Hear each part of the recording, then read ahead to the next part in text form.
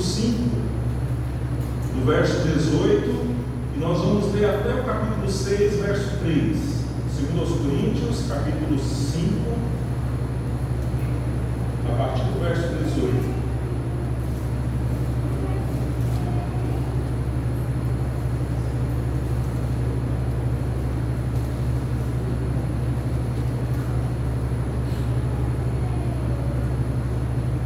Amém? 2 Coríntios 5, a partir do verso 18. Nós vamos até o 6, verso 3.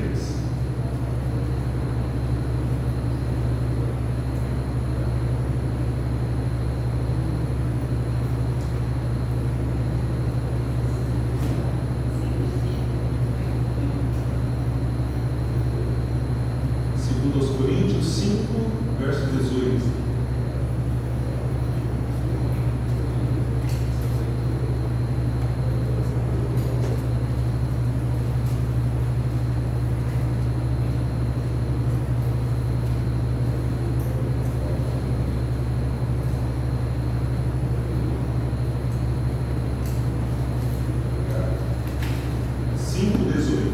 Diz assim a palavra do Senhor: ora, tudo provém de Deus, que nos reconciliou consigo mesmo e por meio de Cristo, e nos deu o ministério da reconciliação, a saber que Deus estava em Cristo reconciliando consigo o mundo, não imputando aos homens as suas transgressões, e nos confiou a palavra da reconciliação.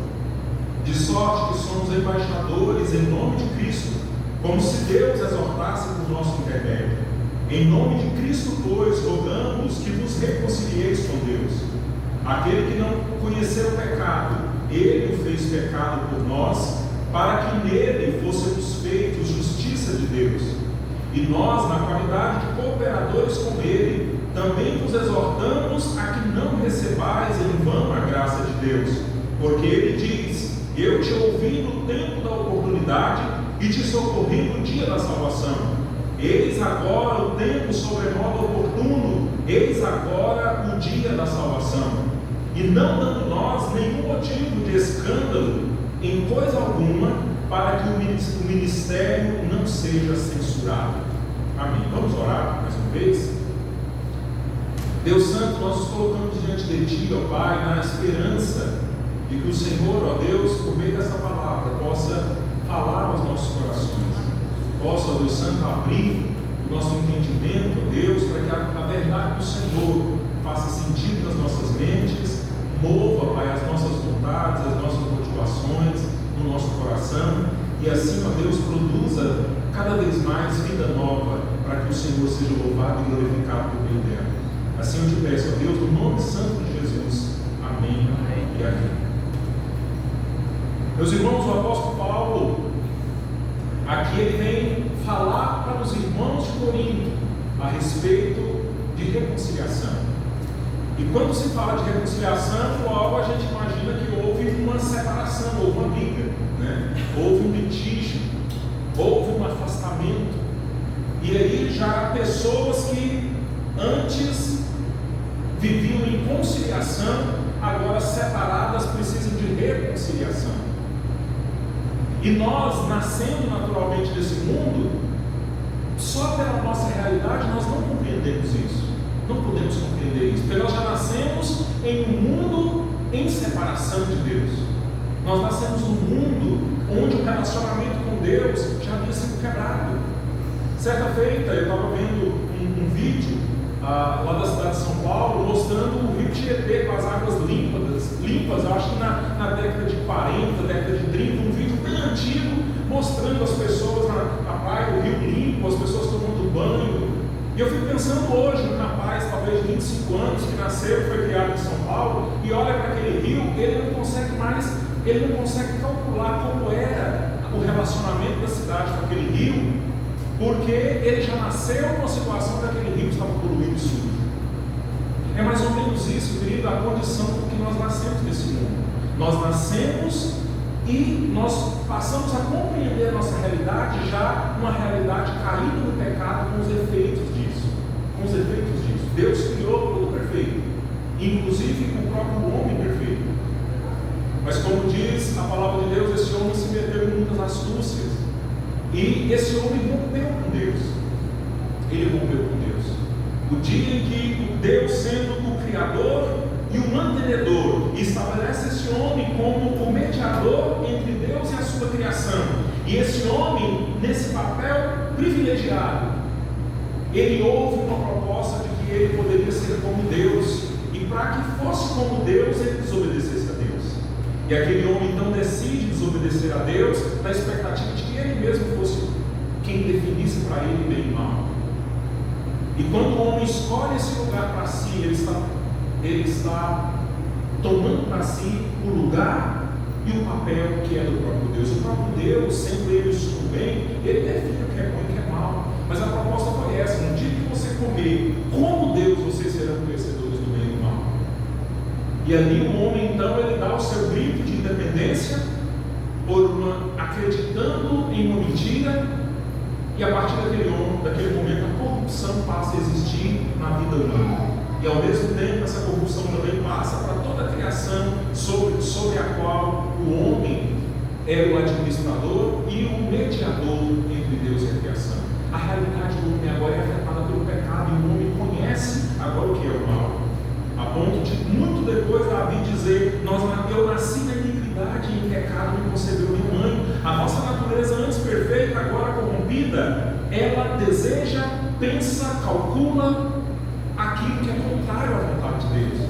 E aí nós já nascemos nessa realidade, onde o nosso coração é tendencioso nessa direção, as nossas ações, e nós vemos isso nas nossas crianças, né? Lá em casa eu já vi meus filhos mentirem várias vezes, e ninguém ensinou eles a mentir. Mas a própria natureza sabe que se torcer a realidade, pode ser que venha me safar de alguma coisa. E a gente está com o ser humano tão doente. Nós deveríamos viver em harmonia, em amor, em serviço uns aos outros, mas o mal do pecado trouxe egoísmo para o nosso coração, e a gente só milita em causa própria. A tendência humana é essa. E às vezes a graça de Deus ainda opera para que a gente possa ver algum bem no mundo. E a gente pergunta por que se Deus existe, por que tem o mal no mundo? E essa é a resposta: por que tem o mal no mundo? O mal entrou por intermédio do pecado, da rebelião do homem. E o que Deus está fazendo agora é entrando nessa realidade e resgatando pessoas e reconciliando essas pessoas com Ele.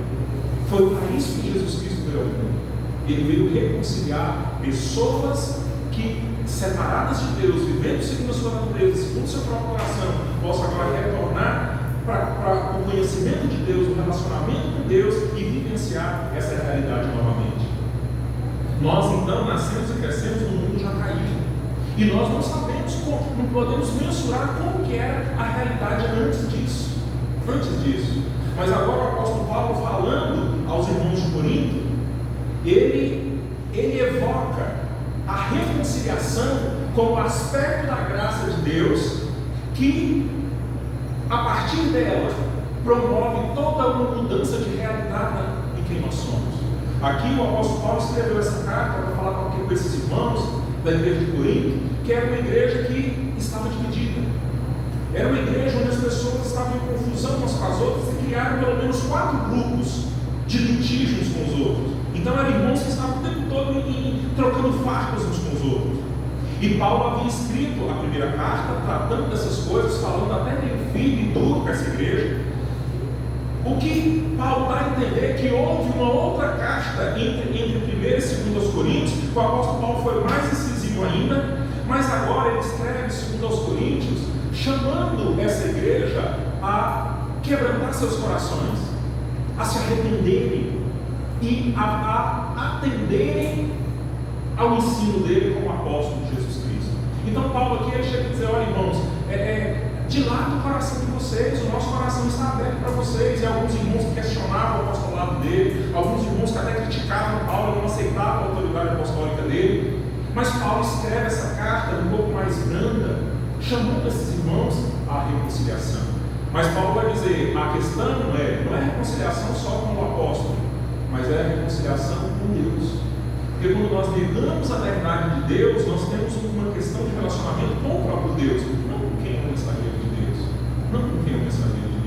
E aqui então, no capítulo 5, ele começou falando: olha, irmãos, nós não vamos ficar elogiando nós mesmos e recomendando-nos a vocês, que vocês nos reconheçam, que vocês mesmos nos reconheçam. Porque se tem alguns aí dizendo que nós enlouquecemos por causa de algumas perspectivas, de algumas visões que nós tivemos, se nós enlouquecemos é para com Deus, mas se recuperamos o juízo, é para o bem de vocês. É para o bem de vocês, porque o amor de Cristo constrange a gente. Jesus morreu por todos, Jesus morreu pelo seu povo. Então agora, já esse amor que nos constrange a não viver para nós mesmos, mas viver por Ele e pelo povo, e pelo povo que Ele morreu. Então o apóstolo Paulo diz: olha, nós somos constrangidos a agir em favor de vocês. E porque Cristo morreu para que não vivam para si mesmos, agora em diante nós não conhecemos ninguém segundo a carne. Nós não olhamos mais para essas pessoas que o Senhor Jesus salvou meramente como um primeiro nascimento, como pessoas, como só ser humano. Mas agora nós vemos essas pessoas como novas criaturas. E se nós um dia vemos Jesus só como um homem, nem ele nós olhamos assim mais. Nós agora sabemos da glória de Cristo. E Paulo viu essa glória no caminho de Damasco. E ele vai dizer: por quê? E assim, se alguém está em Cristo, é nova criatura. Então ele fala da morte de Cristo, da perspectiva que agora nós passamos a ver uns aos outros que estão em Cristo, não mais só como humanidade, mas agora como nova criação em Cristo, como uma nova pessoa, com uma perspectiva mudada, com uma vida espiritual vivificada. E aí ele vai dizer: olha, tudo isso provém de Deus, que nos reconciliou consigo mesmo e nos deu o ministério da reconciliação. Tudo isso, o que é tudo isso que ele está dizendo? Tudo. A vida que eles têm, a igreja podendo reconhecer o apóstolo Paulo e seus companheiros como homens fiéis, que eles não vão ficar se gabando para a igreja, para que a igreja reconheça eles.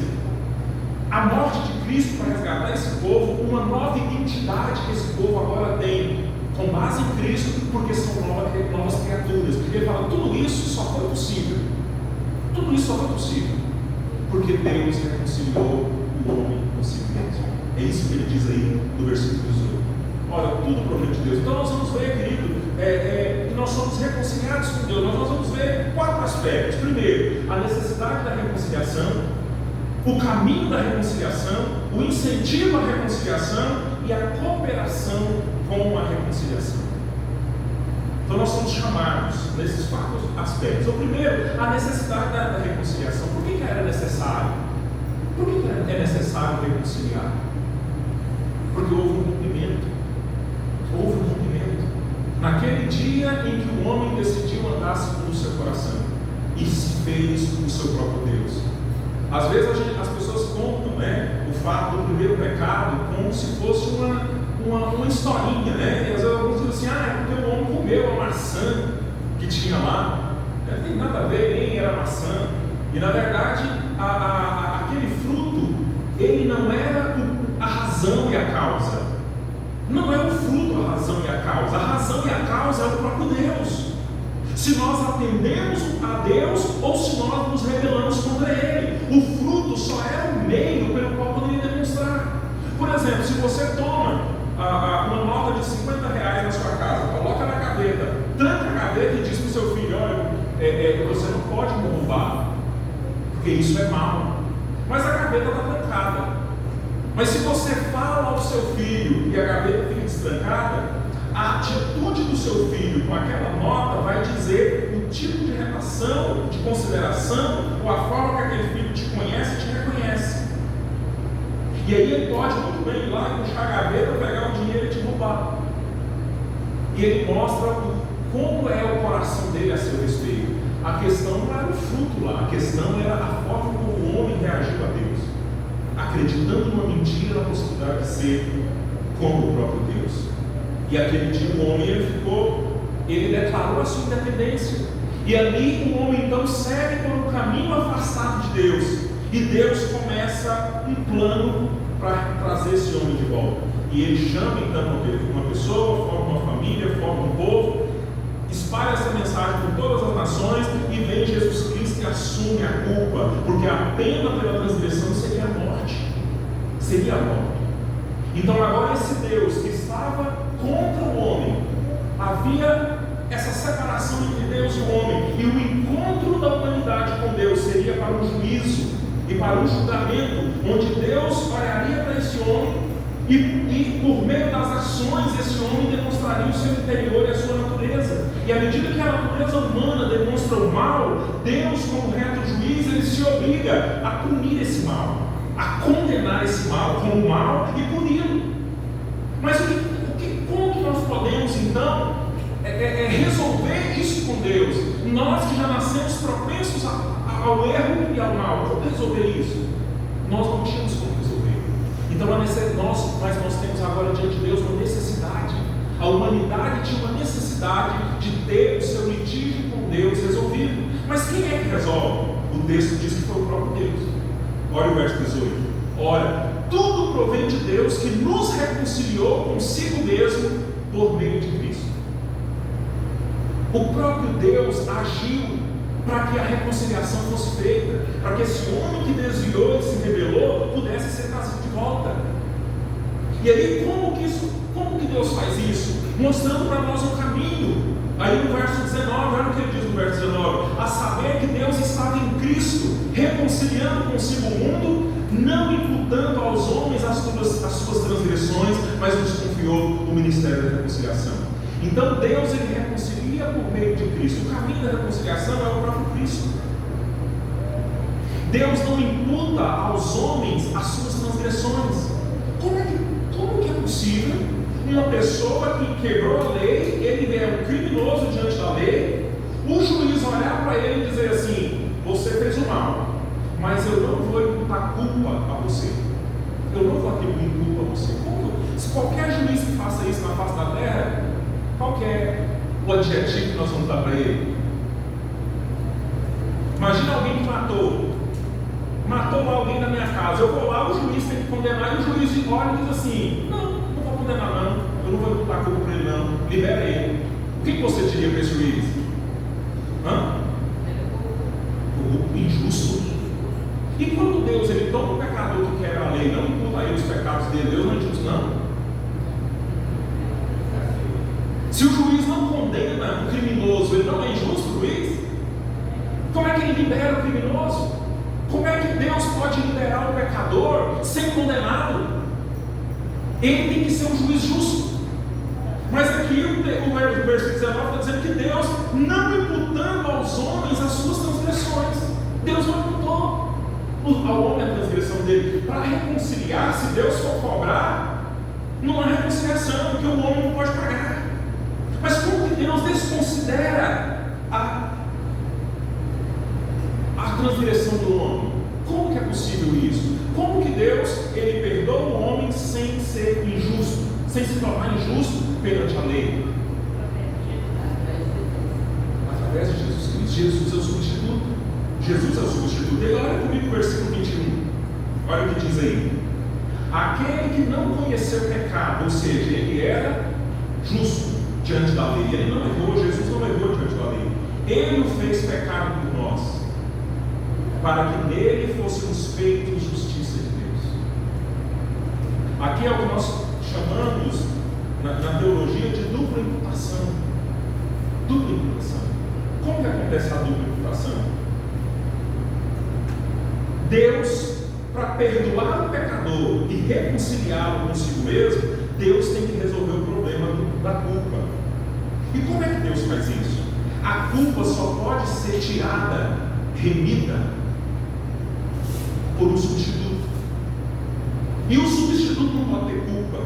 Por isso que a segunda pessoa da divindade encarnou e veio desse mundo com natureza humana. Porque como homem, Jesus Cristo podia assumir a representatividade do ser humano. Porque quando o pecado e a morte entrou no mundo, entrou por meio de Adão, que era o nosso representante. Mas ao mesmo tempo, a graça e a salvação entra também no mundo por meio de um segundo representante. Eu não estava lá quando o homem transgrediu e se corrompeu, mas eu também não estava lá quando Jesus foi posto na cruz e eu não participei disso, mas eu recebo essa graça também. Então, a dupla imputação é quando Deus ele toma a a culpa do pecador e lança sobre aquele que é justo. E ele toma a justiça desse que é justo e cumpridor da lei, e ele atribui essa justiça ao pecador. Então é isso. Por que Jesus, a Escritura deixa claro que Deus enviou Jesus para morrer pelos pecados dos homens? Porque ele é esse substituto que assumia essa culpa. E agora, esse homem transgressor que não tinha como lidar com a sua culpa, ele recebe a imputação da justiça de Cristo. E Deus agora o considera como se fosse justo. E agora esse homem que antes dirigido pelo pecado, tendo o Espírito Santo, Deus trabalha na vida dele para que haja uma transformação. Transforma o interior dele e depois passa uma transformação gradual, mudando quem ele é, mudando a disposição do seu coração e da sua mente, mudando a sua relação com o próprio Deus. É isso que Deus faz. Deus troca. E aí ele não imputa ao homem a transgressão. Por quê? Porque ele imputou sobre o seu filho. A culpa da transgressão foi imputada sobre Jesus. E agora nós recebemos justiça. Por isso que ele diz, para que nele fôssemos feitos justiça de Deus. Jesus carregou o nosso pecado sobre si, e nós recebemos por graça a justiça dele sobre nós. E é por isso que Deus agora pode se relacionar com aquele culpado. Deus é misericordioso. A forma de Deus não punir o crime sem ser injusto é a misericórdia. É quando Deus ele retém a punição do pecador, mas essa punição ele não só retém, ele lança sobre o seu filho. E o próprio Deus, na pessoa de Jesus, assume essa dívida. E por isso que agora ele pode dar perdão por transgressor da lei. E ele não se torna injusto porque ele puniu o pecado desse pecador na pessoa de Jesus. E a retidão de Jesus é atribuída a esse pecador. É essa dupla imputação que Deus faz para nos aceitar de volta. E aí tinha que ser um homem para resolver isso. Por isso que Jesus Cristo veio como homem e encarna e nasce nesse mundo como homem para fazer essa reconciliação. Então, aí nós vemos que o meio da reconciliação é o próprio Cristo. Ele é o mediador desse litígio. Separados de Deus, rebeldes com Deus, necessitados de reconciliação, Jesus vem e se coloca como mediador desse conflito. E ele mesmo assume a culpa, pratica a justiça, faz tudo. E na pessoa dele, divindade e humanidade se encontram. E Jesus, então, é ele mesmo o padrão dessa nova reconciliação, onde Deus e o homem podem estar juntos novamente. Porque a culpa foi removida, o litígio foi desfeito e a reconciliação foi estabelecida. Jesus, a cruz de Cristo é esse caminho de reconciliação, porque ele fez isso por nós. Então, queridos, mas ainda temos o incentivo à reconciliação. Olha o verso 19b e o verso 20. E nos confiou a palavra da reconciliação, de sorte que somos embaixadores em nome de Cristo, como se Deus exortasse por nosso intermédio. Em nome de Cristo, pois, rogamos que vos reconcilieis com Deus. O apóstolo Paulo, que ele fala para aquela igreja: pastor, mas essa igreja já não era gente reconciliada com Deus? É. Mas eram pessoas reconciliadas com Deus que viviam como se não fosse. Porque quando nós amadurecemos na relação, no nosso relacionamento com Deus, isso vai ser percebido na maturidade dos nossos relacionamentos humanos. Quando nós amamos a Deus, nós também desenvolvemos a capacidade de amar o nosso próximo. Quando nós temos consciência de que fomos reconciliados com Deus, temos paz com Deus, fomos pacificados com Deus, nós também passamos a viver em paz com as pessoas. Passamos a viver em paz com as pessoas. Porque o nosso maior litígio foi resolvido. O afastamento agora se tornou aproximação. A ira de Deus agora foi aplacada pelo sacrifício de Cristo e é lançado sobre nós o seu amor. A condenação é retirada de sobre nós e é lançado sobre nós perdão. Antes éramos criaturas rebeldes, agora somos filhos acolhidos na casa porque fomos adotados em Jesus Cristo. E agora somos o privilégio de sermos chamados filhos de Deus, como o apóstolo João diz. Então foi mudado o nosso status, mas esses irmãos ainda estavam em litígio. O apóstolo Paulo então fala a eles: olha, irmãos, nós nos rogamos aqui como embaixadores. O embaixador é alguém que representa o outro, uma autoridade. O apóstolo Paulo Paulo se coloca aqui como um embaixador que traz uma mensagem, dizendo: reconciliem-se, reconciliem-se, vocês precisam vivenciar essa reconciliação. Vocês agora são novas criaturas, vivam uns com os outros como pessoas reconciliadas, não dá mais para vocês ficarem mentindo entre vocês. Vivenciem isso, se arrependam. E aí, então, querido, ele passa a mostrar também que nós cooperamos com essa reconciliação. Olha aí o verso capítulo 6, versos de 1 a 3. E nós, na qualidade de cooperadores com ele. Com quem? Com Jesus. Ele disse assim, que aquele que não conheceu o pecado, ele fez pecado por nós, para que nele fôssemos feitos justiça de Deus. Jesus fez o que era necessário para a reconciliação. Mas agora o apóstolo Paulo e seus companheiros se colocam como cooperadores com Jesus.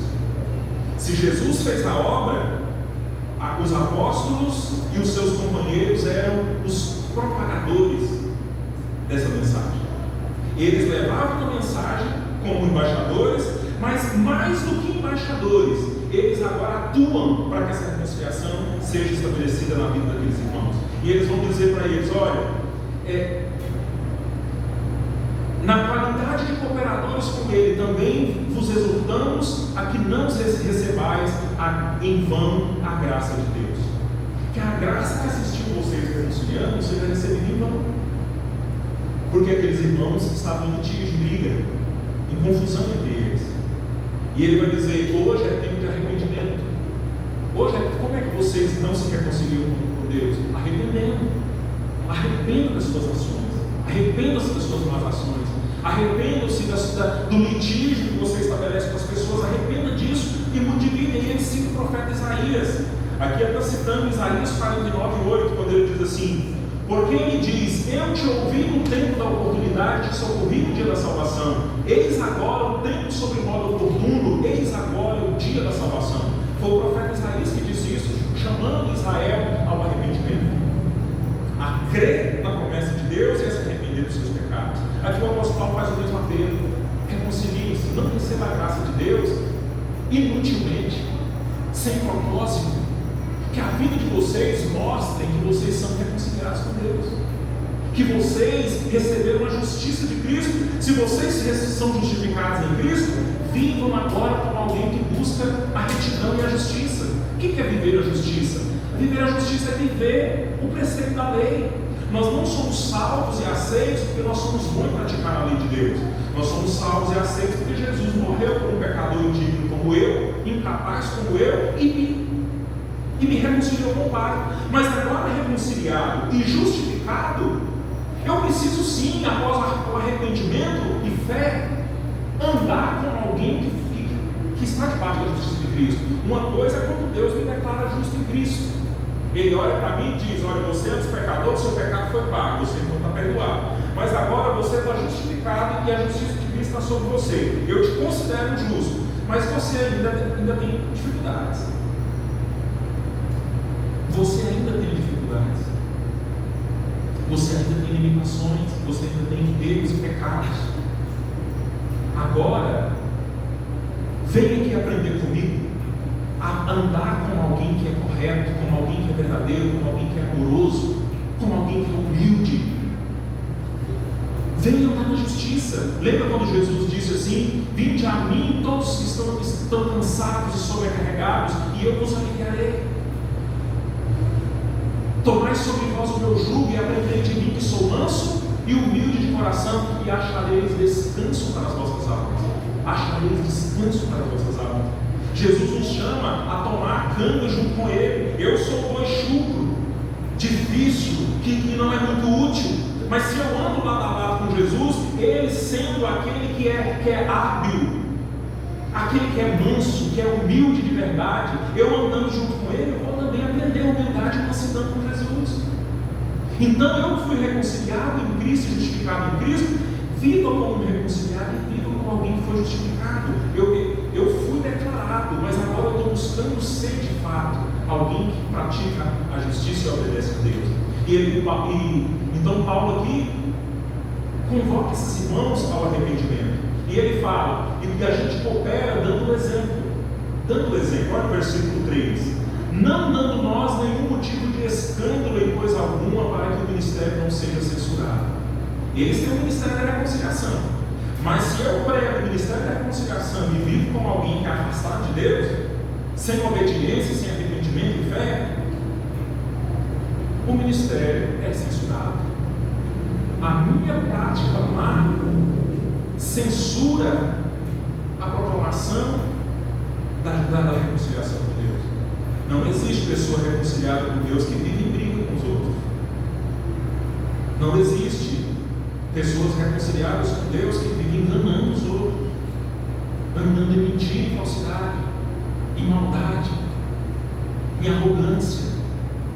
Não tem gente reconciliada com Deus, que a semente da regeneração do Espírito Santo foi plantada nela, mas ela vive brigando, em confusão.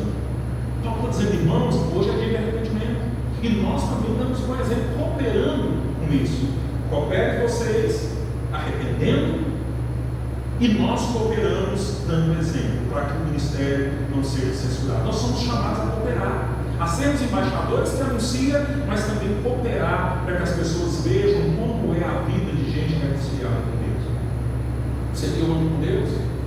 A minha vida é demonstrar isso em algum grau. As minhas atitudes precisam transparecer isso em algum grau, não para fazer bonito para os outros, mas para ser coerente. Para ser coerente. Deus, o Espírito Santo, veio habitar em mim, aplicou toda essa obra de Cristo em mim, perdão, justificação. Eu creio que Jesus derramou o sangue no lugar do meu. Eu creio que Ele cumpriu a lei, porque eu não dava conta de cumprir, por isso que Ele veio aqui como homem assumir essa mediação no meu lugar. Se eu creio em tudo isso, que eu vivo de acordo com isso. E se eu preciso me arrepender, então hoje é tempo de salvação. Hoje é o tempo oportuno de arrepender dos meus pecados e crer em Jesus Cristo e na sua obra em meu favor, que Ele é o meu substituto. Que a reconciliação foi feita porque Ele assumiu a minha culpa, não porque eu sou bom. Deus não olhou em mim e começou a listar as minhas qualidades e as minhas virtudes para falar assim: o Paulo é uma pessoa boa, eu vou então alcançá-lo, compensa que Jesus derrame o seu sangue por ele. Nunca foi assim. Foi pelo contrário. Está morto no pecado, cego, sem capacidade de reação alguma, a menos que eu envie o meu filho para ir lá buscar, nunca será descurado. É isso que é salvação. Foi por isso que Jesus veio aqui, nesse mundo caído, sofreu nesse mundo caído, sofreu debaixo da mão da humanidade, mas para absolver todo o mal que estava nessa realidade e vencer o mal e a morte e ressuscitar como nosso Redentor e nosso Justificador. É isso que Jesus faz. Que se nós temos nisso, então Jesus tem uma vida nova para mim. Eu preciso de arrependimento. Eu vou me arrepender da minha rebeldia com Deus, de andar segundo o meu coração, segundo a minha mente, de andar segundo Adão. Eu não sou mais filho de Adão. Eu quero ser um filho de Deus que anda imitando o caráter de Deus e não o caráter de Adão, a desobediência e a rebeldia. Eu agora quero viver dessa maneira. Então, meu querido, qual que é a nossa necessidade? Qual que é a sua necessidade? A nossa necessidade é de voltar para Deus. E Jesus Cristo é o caminho para isso, porque Ele pagou a nossa dívida. O incentivo para nós, querido, é que a mensagem foi enviada para nós. Os embaixadores deixaram essa mensagem de reconciliação para nós. E agora nós também, não só como alvos dessa mensagem, nós também somos chamados a ser cooperadores. A nossa proclamação verbal e o nosso testemunho demonstrado e vivido ajuda as pessoas a entender que há uma vida diferente desse mundo. Nós vimos esse mundo onde o mal está presente, mas há uma nova realidade, um novo reino, que nós somos chamados para viver como reconciliados com Deus e justificados pelo próprio Deus em Cristo. Então, queridos, vivam como reconciliados e cooperem para que a reconciliação chegue a outras pessoas.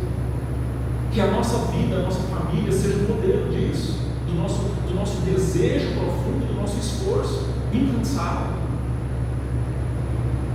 O nosso falar, o nosso agir correto, justo, com bondade, com amor sincero, servindo as pessoas, principalmente os mais necessitados. Tudo isso precisa mostrar que nós fomos chamados e reconciliados com Deus. Porque senão fica só religião vazia. Sua prática religiosa é inútil e vazia, se não for uma expressão de vida real. Se não for expressão de vida real, é só religiosidade vazia e inútil. Foi tudo isso que Deus fez por nós, quando Ele quis nos fazer novas criaturas, que a gente viva reconciliados como novas criaturas. Amém? Vamos orar? Santo Deus, obrigado, Deus, pela tua verdade, pela tua palavra, que nos orienta, Pai Santo, e é luz para nós. Ilumina, Pai Santo, as nossas mentes, os nossos corações.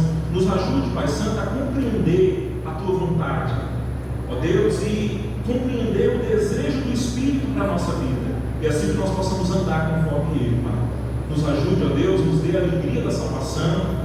Nos dê também, Pai Santo, um coração pronto a se arrepender todas as vezes que nós desviarmos do caminho, ó Pai. Mas que sejamos sabedores de que o Senhor é quem fez a obra da reconciliação em Cristo. Que nós podemos voltar para o Senhor e retornar para o Senhor, que o Senhor estará pronto, Pai, a nos receber. Obrigado por essa fé, Pai. Obrigado por essa convicção. Obrigado pelas promessas que o Senhor deu a nós. E assim, ó Deus Santo, que todo o nosso viver possa proclamar a maravilha dessa salvação. Ó Deus, a nossa vida possa demonstrar, Pai Santo, a bênção da reconciliação e da justiça sobre nós. E que assim, Pai Santo, em momento algum, o nosso ministério venha a ser censurado por nós mesmos, por agirmos mal. Mas que nós possamos agir, Pai, conforme o Senhor, e assim, Pai, que o nosso testemunho seja eficaz no poder do Teu Espírito. Assim nós te